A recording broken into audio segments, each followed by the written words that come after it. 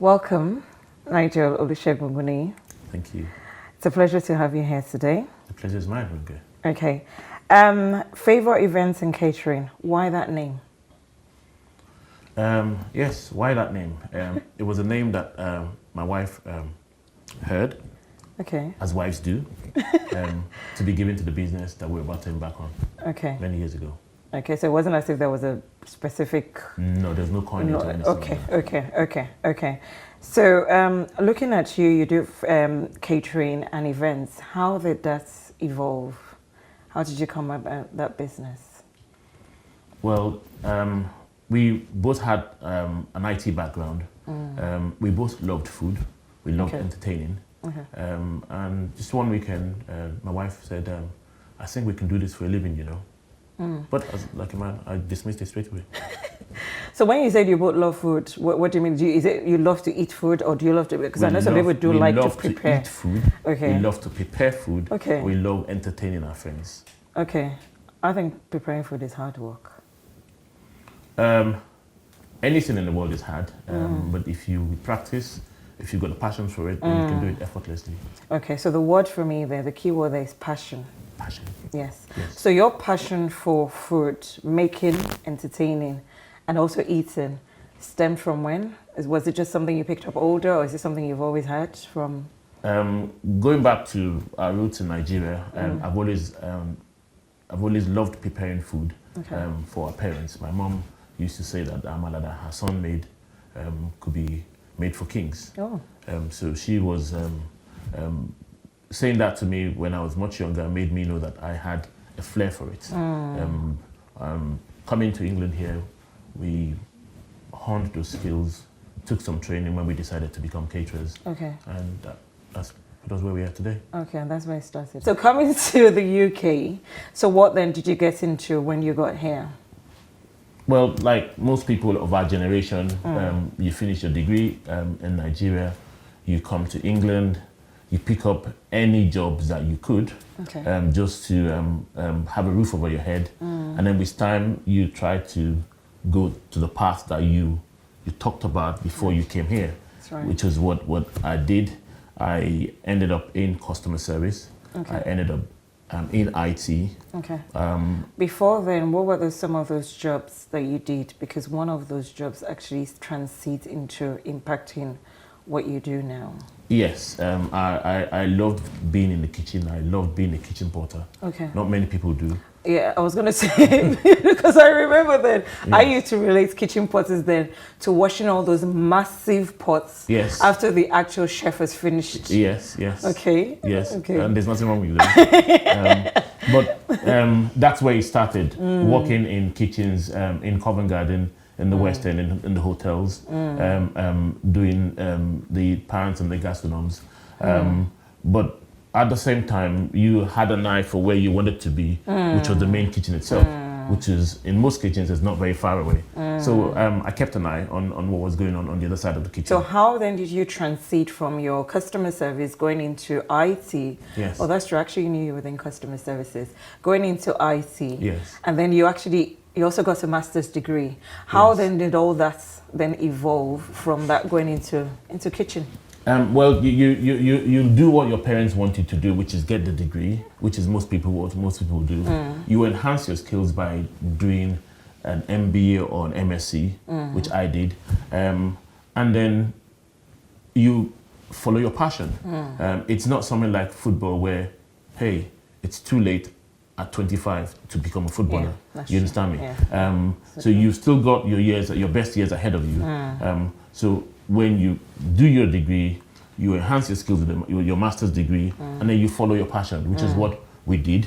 It wasn't planned, but we found that that's the next step. It was just logical to follow that. Okay. So in terms of your journey so far, which you've been sharing with us, yes, how has your relationship with God played its part along this journey? Oh, it had a big part. It had a very big part because, first of all, you had to believe in what you're about to do. It didn't matter that you didn't know anyone who did it or how they did it. You had to lean on on God to guide you. My wife and I did a lot of that.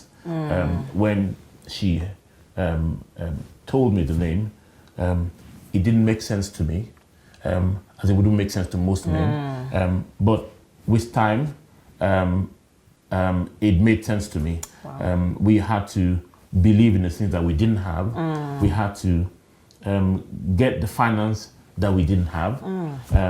We had to get the skills that we didn't know what we could still learn based on our age and our ethnic background. That's very profound.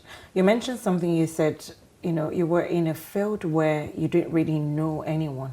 Because Yes. at times, most of those fields, you can either have a friend or colleague or someone that's, you know, either done it or know someone that does it. Yes. Especially one thing I'll touch on in a few minutes, which is a gap that you identified Yes.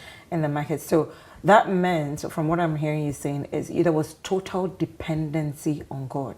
Yes. For you. Very much so. Very much so, because you can go and learn your skills as an apprentice from someone, Yes. but you still needed the guidance from God to be able to have the staying power when the going gets tough.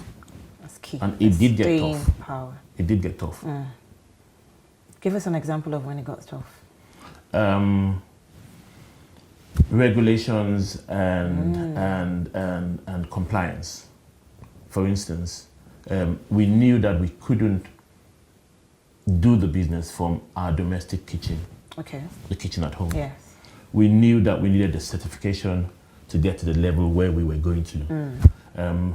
We knew that we needed skilled employee That's very true. pretty much straight away, because it's not a job that you learn from your mistakes. You have to learn from other people's mistakes. Oh. All right. Okay. That's interesting. So tell us roughly the kind of hotel chains that you cater to, that you sort of like support. Now, by the grace of God, we are preferred suppliers at 6 hotel groups. Okay. The Hilton, UK, Okay. Marriott, UK. So that's every Hilton, whether it's in Park Lane, whether it's in round the corner in Bournemouth, whether it's, you know, Yes. in the UK. Yes. That's So excellent. the Hilton, the Marriott, the Radisson, Okay. the Starwood, which is the Sheraton Group, Right. Okay. Principal Haley, Okay. which is hotels like Hotel Russell and Grand Connaught Rooms, the Jupiter Group of hotels, Okay. which is Mercure, most people Yeah. know Okay. that, Okay. Yeah. and English heritage venues. Okay. So if you wanted something in any of the palaces, any of the English heritage buildings, Okay. yes, it meant that we had to get qualification for it, Okay. and we Okay. did by the grace of God. And how, those qualifications, give me a rough idea. How much would it cost you a year to get all those qualifications for you to be at the level for you to be able to deliver services at those hotels? Well, like most other vocations, you have to constantly top up your skills. So in the year, it will cost about £5,500 to get your records up to date. Yes. Your staff have to be trained to a certain level and stuff like that. Okay. So yeah, about £5,500. And you do that regularly every On a yearly year? basis, yes. Wow. But that then generates a worthy income. Yes, for it you. does. It does. Yeah. It means that you qualify if you went to any of the hotels now for a milestone birthday or a wedding anniversary. There's a list of caterers that will be put in front of you that Okay. you have to go with. Okay. In terms of when you'd have those businesses and then you go in as a supplier, what are the expectations? So some of your clients that you've delivered services to, what are the expectations, especially in terms of the amount of money that they would have to be paying? Well, it's needless to say they'll expect professionalism. They'll expect it to be competitive. They'll expect that they'll expect you to meet their needs, basically. So professionalism is key. So you'll find that when you go to places like that, the staff are ambassadors of the venue, Yes. and they have to be seen as such and act as such. So my last meeting was yesterday, at the Marriott, I had to go and show the client around the space to be used. Okay. Which you are obviously familiar with because yes. you've used it. Yeah, you've got to be familiar yes. with the buildings yeah. and the timings and what's available and stuff like that. Yes. Okay. Okay. So going forward in terms of how you, one of the things that when we had a discussion, one of the things I said to you is, if I was to walk down this road, yes, I'm sure that there will be a caterer in almost every other home. What was it that you did? You identified something some time ago that made you make this decision? First and foremost, you had to qualify. Yes. Because what makes you different from any other caterer from initially from that time? Well, training. Okay. Training. You had to get training. You had to get the right staff. You had to get the right premises. Okay. We get an inspection, or we get 5 inspections every year by the different bodies that award the different certificates. Okay. For you to qualify to cater. Okay. So, in answering your question, is you have to qualify. Okay. You identified a gap. Yes. In that. In the market, yes. Yes. There is a gap, especially amongst the ethnic minority people. We found that most people have bettered themselves. They live in better houses, they drive better cars, they go to better schools. We think they should be eating better food. So if they can afford it, we think it's important that they go to the right places. And when you go to those places, you are somewhat forced to eat the hotel food, and you're paying a lot of money. And we thought we should be able to change that. And that was one of the driving forces. That was one of the reasons why we went to catering. Okay. So how do you get your ideas? Because I went on your website and Yes. I saw some African dishes, and the way you had designed it, I was like, is this the same food that I would be eating in my house? It is. How do you get the, they were so creative, quite inspiring. I mean, if you put those plates in front of me, I probably won't want to eat them immediately. Just, to admire the creative work before touching it. How do you get that inspiration? How do you get the ideas that you use? Well, don't forget we all go to mainstream schools and universities, and we see other people from other races do things with their food. We can't do that with ours, even though our food has to have volume to be satisfying. Yes. Yes. But they say you eat with your eyes. Okay. If you eat slowly enough. So when you say they have to have all this, are you talking about the portion on the plate? Because I was going to Yes. come to that. I Yes. thought that portion might not be necessarily generous for a race of us.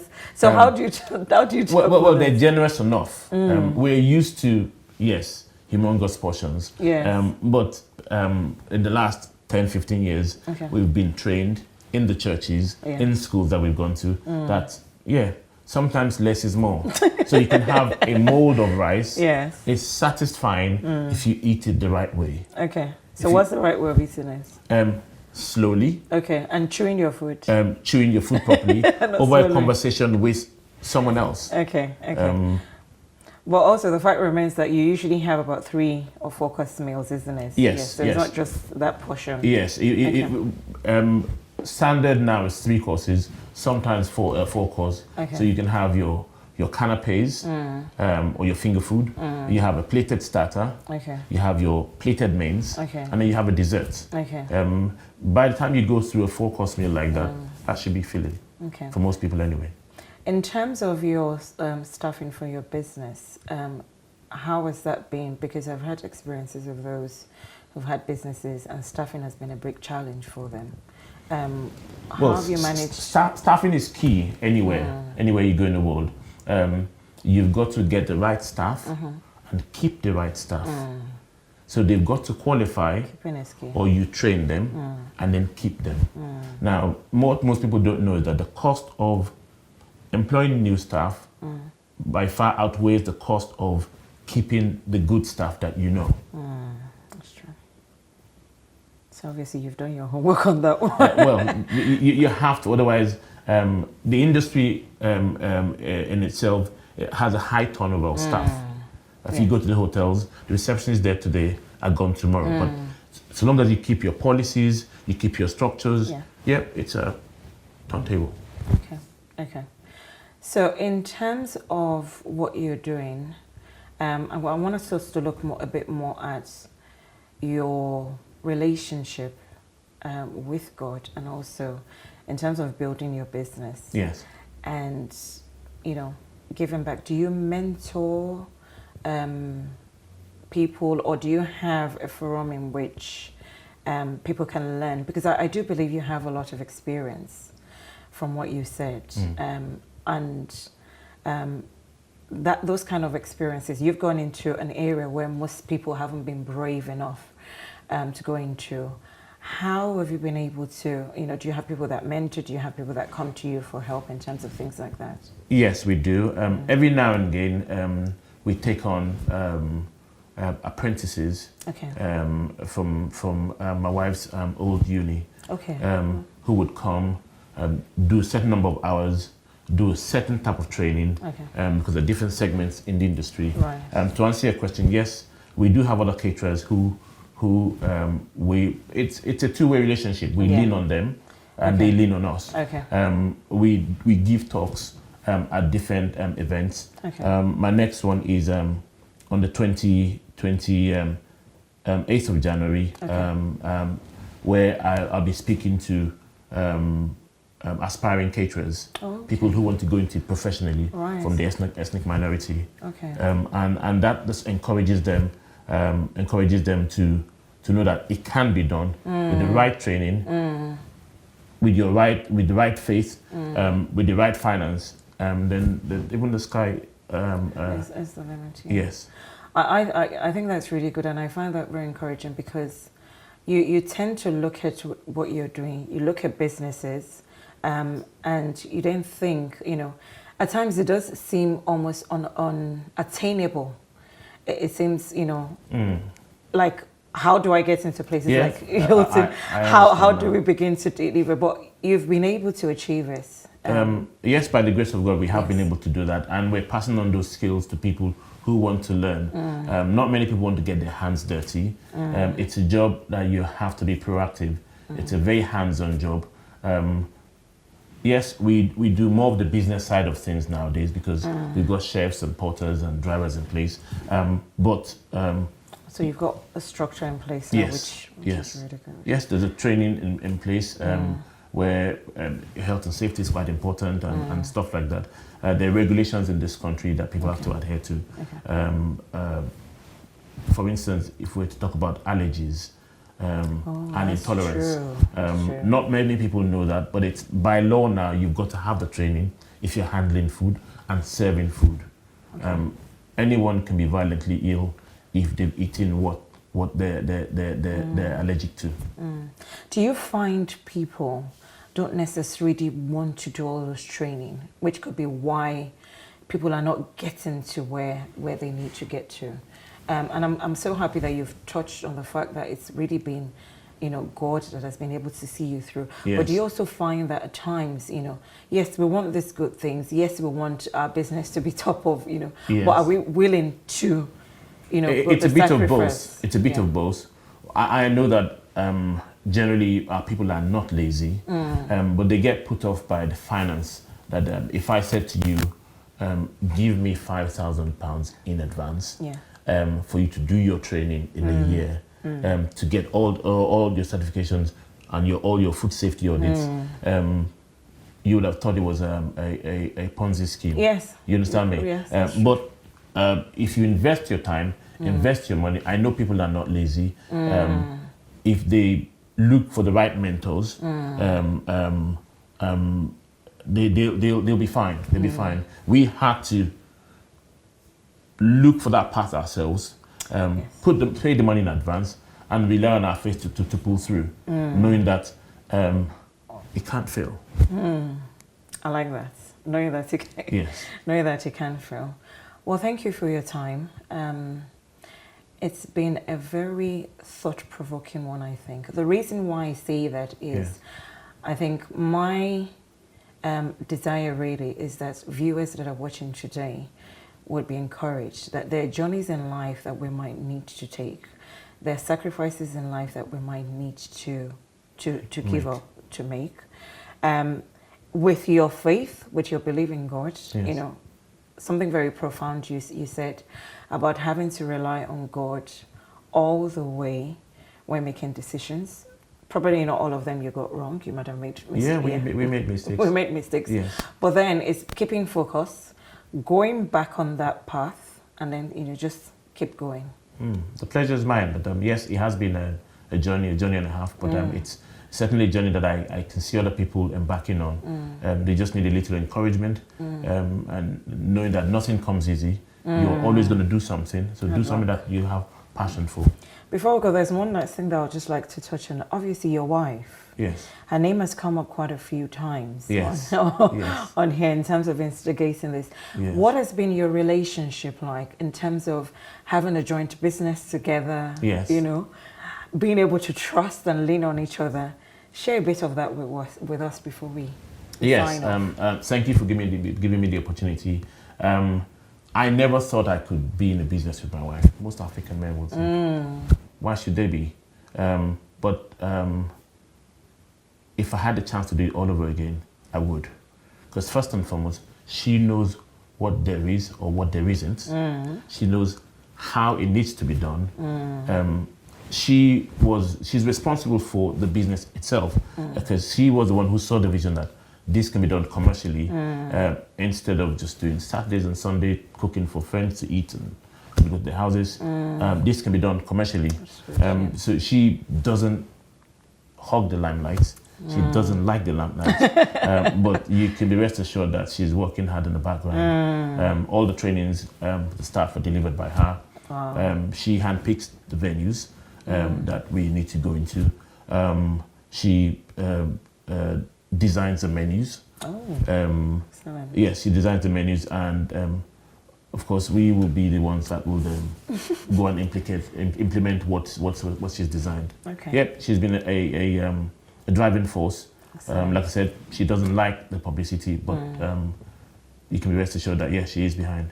So you're kind of like the face of the business, because you're the ones that go to secure all those contracts. Is it kind of like that way? Yeah, well, I like traveling. I like meeting new people, and it works very well. Good balance, isn't it? Yeah. It's a balance, and you've got to and you've got to identify each other's strengths and weaknesses. Her strength is in being the driving force. My strength is going to the venues and identifying what we need to do with the venues. But certainly, yes, I couldn't do this without her. The business will not be standing without her today. Excellent. Well, thank you very much for your time, and thanks for that. Thank you for your time. And I do hope that we'll come to Houston for business. I hope so too. Thank you. Thank you. It's been a pleasure. Thank you. God bless. Bye.